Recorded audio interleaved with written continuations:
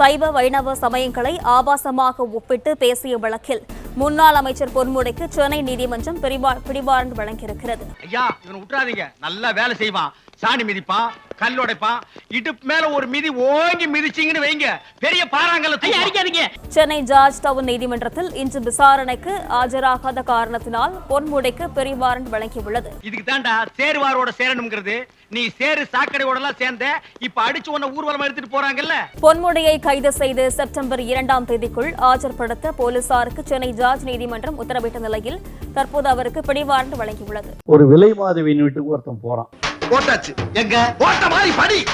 அங்க அந்த அம்மா கேக்குது, நீங்க சைவமா வைணவமா அப்படின்னு கேக்குது. என்னம்மா ஒன்னும் புரியலையே அப்படின்ட்டான். ஒன்றும் இல்லை, சைவம்னா இப்படி, வைணவம்னா இப்படின்னுச்சான். என்னவா சொல்ற, இதுன்னா அது தெய்வம் விபூதி இது தானே, அதில் என்ன இருக்கு அப்படின்னா, இல்லை சைவம்னா படுத்துக்கிறது, வைணவம்னா நின்னுங்கிறது. நின்னுங்கனா 5 படுத்தா 10. நீ என்ன துரோகம் பண்ணாலும் அவனை மன்னிச்சுப்பான். ஆனா நின்னுங்கனா 5 படுத்தா 10. ஒரு பீலா அத மட்டும் என்னால மன்னிக்கவே முடியாதுடா. காமெடி டைம் இப்போ உனக்கு சீரியஸ் டைம்டா. பையன் சார் இந்த பால்சாமி. இது பேசுறது யாரு தெரியுமா? ஏதோ ரோட் சைடுல போறவங்க கிடையாது. இதை பேசுவது ஒரு அமைச்சர். பொறுக்கி பேட உன்னை திருடா சமூகத்துக்கு நீ யாருன்னு பொறுக்கி பேடா. அதை எப்படி பேசுறான் பாருங்க. நின்னா 5 படுத்தா 10. 74 வயசுங்க இவனுக்கு. வைணவ சமயங்களையும் பெண்களையும் இழிவுபடுத்தி அருவருக்கத்தக்க வகையில் ஆபாசமாக பேசிய அமைச்சர் பொன்முடிக்கு கடும் எதிர்ப்பு எழுந்துள்ளது. இங்க மாட்டினா சீவலு, இங்க மாட்டினா சிதறலு. சீவல் பெருசா சிதறல் பெருசா தெரியலையே. கேட்பதற்கே காது கூசும்படி பொன்முடி அளந்துவிட்ட ஆபாச கதை வேகமாக பரவி வரும் நிலையில் அவர் மீது கடும் நடவடிக்கை எடுக்க பொதுமக்கள் வலியுறுத்தி உள்ளனர். சார் இவனை என்ன பண்ண சார்? இப்படிப்பட்ட ஒரு கேவலமான அற்பமான இல்ல அந்த ரெண்டே இல்ல ரொம்ப எல்லாமே போதும். அந்த இன்னொன்னு ரொம்ப நாடு பரதேசி என்னை அசிங்கமா பாராட்டினா போதும். தரம் தாழ்ந்த ஒரு நபரை இன்னும் அமைச்சராக தமிழகத்திலே வைத்திருப்பது என்பது வெட்கக்கேடான ஒரு நிலை. நீ கேட்ட ஒவ்வொரு கேள்வி என்ன செருப்பால் அடிச்ச மாதிரி இருக்குடா. காம சுவை குறித்து ஒரு கூட்டத்திலே பேசும் பொழுது செய்வம் என்றால் படுத்துக்கொண்டு செய்வது, வைணவம் என்றால் நின்று கொண்டு என்றெல்லாம் மிக கேவலமாக ஒரு விலை மாதவன் வீட்டுக்கு ஒருவன் சென்றிருந்தான் என்று சொல்லி இதையெல்லாம் பேசியிருக்கிறார். இதான்டா திமுக, இதான் திமுக மறந்துடாத. திராவிட மாடல்னா என்னன்னு கேட்கிறவங்களுக்கு இதுதான் பதில். எல்லோருக்கும் எல்லாம் என்று சொல்லக்கூடிய முதலமைச்சர் மு.க. ஸ்டாலின் அவர்களே, இனிமேலும் அந்த அமைச்சரை நீங்கள் இந்த பதவியில நீட்டி வைத்திருக்க வேண்டுமா என்று நீங்களே உங்களை கேட்டுக்கொள்ளுங்கள். I don't care. நான் மட்டுமல்ல, நீங்கள் ஒவ்வொருவரும் ஐ டோன்ட் கேர் என்று சொல்லி நகர வேண்டும். இப்படிப்பட்ட ஒரு கேவலமான ஒரு மனிதன் தமிழகத்தினுடைய அமைச்சராக இருப்பது சாபக்கேடு, வெட்கக்கேடு. உனக்கெல்லாம் வெக்கமே இல்லையாடா? சோறு தானே திங்கிற. காலங்காத்தால உனக்கு குறவழி வரைக்கும் சோத்த போட்டு வண்டியில ஏத்திட்டு வந்ததுக்கு உன்னால என்ன பண்ண முடியுமோ அதை பண்ணிட்டேன். நாளைக்கு என்ன பேசுவார்களோ என்று ஏன் விடுகிறது என்று எனக்கு பயமா இருக்குன்னு சொல்லக்கூடிய அளவிற்கு போனேன். அப்போ அவர் அப்படி சொல்லிட்டு இருக்கும்போது கூட பக்கத்துல இருந்து சிரிச்சுக்கிட்டு இருந்தேன், வெக்கம் இல்லாம. அந்த பேச்சின் நடுவுலயே வராரு பாருங்க ஒரு சிரிப்பு, ஒண்ணு சிரிப்பாரு. அவன் கிடக்குறான். நல்லா இருக்கு. எப்படி ஐயா, உடன் பிறப்புகளின் தந்தையே ஸ்டாலின் ஐயா கெடுத்து விட்டாங்க தூக்கத்தை. பெரிய வேலை. இந்த வாட்டி ஒரு நைட்டு தூக்கம்னால பல நைட்டு தூக்கத்தை கெடுத்து விட்டாருங்க ஐயா. அட நாசமா போற எடுபட்ட வயலுகளா, நீங்க வேலைக்கார வந்திருக்கீங்க. என்ன உசுரோட வச்சு புதைக்கிறதுக்குன்னு வந்திருக்கீங்கடா. அப்ப இந்த 74 வயசுல இவனுடைய வன்மம், அதாவது மனசுல இருக்கக்கூடிய அந்த அசிங்கம் பாருங்க. நான் வந்து ஒரே ஒரு டவுட் தான் உங்ககிட்ட கேட்கணும். சூப்பர்ண்ணே கேளுங்க. சோறு திங்க வேற என்ன கேக்குறேன்? இவங்க சட்டமன்றத்திலேயே பாவாடையை தூக்கிப்பார் அங்கே தெரியும் திராவிட நாடு என்று சொன்னவர்கள் தானே இந்த கூட்டம். அவன் இன்னும் திருந்தலமாமா. நான் கேட்கிறேன், பட்டையா நாமமான்றதை விட்டு உன் தலைவன் போனதாக எனக்கு வந்த தகவல். நின்றுட்டா படுக்கிறதான்னு இல்லை, எப்படி செய்தாலுமே காசு கொடுக்காம தகராறு பண்ணதை என்னன்னு எடுத்துப்பேன். சாம்பார் அப்ப எனக்கு இதை ஒரு அமைச்சர் துணிந்து பேசுறான் அப்படின்னா அது மேடையில பின்னாடி 2 நாய்ங்க இருக்கு பாருங்க, 2 நாய்ங்க சிரிக்குது பாருங்க. அப்ப இவனுடைய மன ஓட்டம் என்னவா இருக்கும்? இவன் பெண்களை பார்க்கும்பொழுது எப்படி பார்ப்பான்? இத்தனைக்கும் இவன் கல்லூரி பேராசிரியரா இருந்தாங்க சொல்றாங்க. நீ கேட்ட ஒவ்வொரு கேள்வி என்ன செருப்பால் அடிச்ச மாதிரி இருக்குடா. மாதிரி இல்ல, உண்மையிலே செருப்பால தான் அடிச்சது.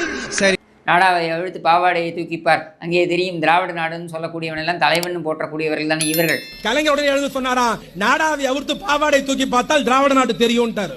திருப்பி கலைஞர் பதிவு பண்றார் சட்டமன்றத்துல, இப்பொழுதும் சொல்கிறேன், நாடாவை அவிழ்த்து பாவாடை தூக்கி பார்த்தா திராவிட நாடு தெரியும்.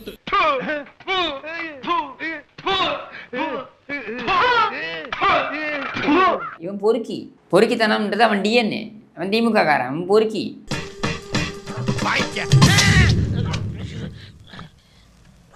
அது எப்படா வெள்ளையும் சொல்லியுமா அலையிறீங்க நீங்கெல்லாம்? உன் பொண்டாட்டி மூஞ்சில எப்படா முழிக்கிற? எப்படி முழிக்கிற? வெக்கமா இல்லையா? சோறு தானே திங்கிற. இந்த ஊருக்கு யாரு ஒன்றிய சேர்மன் யாருன்னா அம்மா மகளிர். அதுவும் எங்களுக்கு தாழ்த்தப்பட்ட சமுதாயத்துல தாழ்த்தப்பட்ட சமுதாயத்தை சேர்ந்த ஒரு மகளிர்.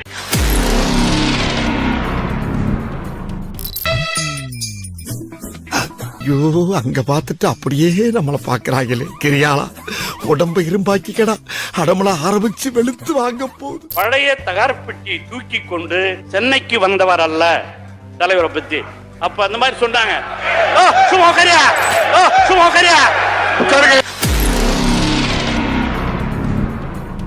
வராது டவுனா தான் இருக்கு. கேட்க முடியும், நீங்க கட்டி தர மாட்டீங்களா? தடுக்காதீங்க, யாரும் தடுக்காதீங்க.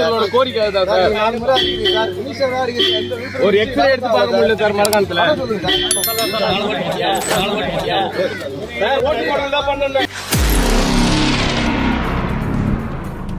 ஒரு காலத்துல தாழ்த்தப்பட்டவர்கள் ஒரு கோயில் இருக்கிற ரோட்ல நடக்கவே முடியாது, பெரிய ஜாதிகாரர்கள் ரோட்ல நடக்கவே முடியாது.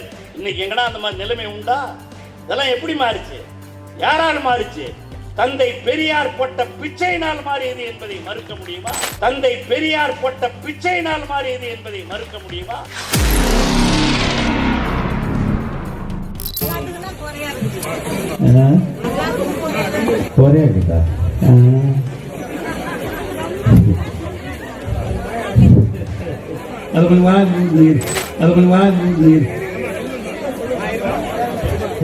வீட்டுக்காரர் வந்துக்கிறாரா? போயிட்டாரா? பாவம். நல்ல வழியாகதான் நீ இப்படி அனுப்பிச்சுட்டு இருப்ப.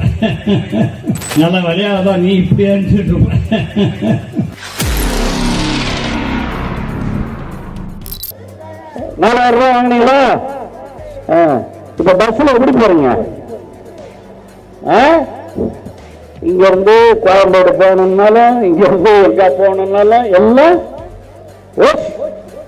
ஓசு பஸ்ல போறீங்க.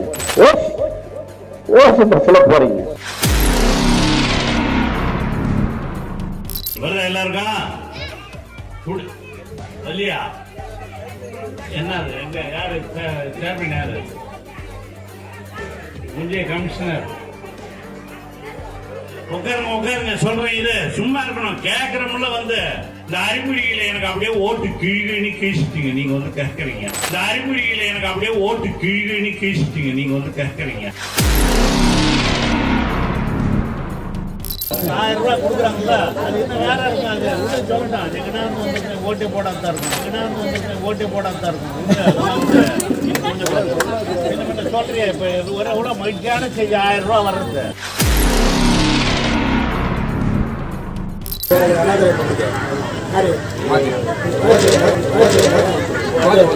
முன்னாடி போடுறாங்க.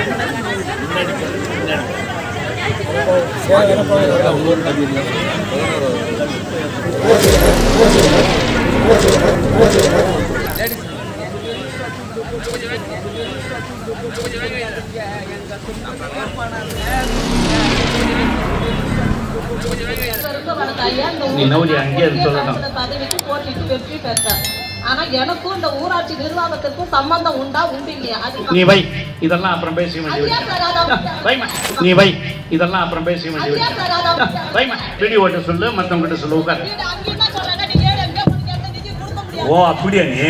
அதால் தான் பேசுற பொழுது உட்கார்.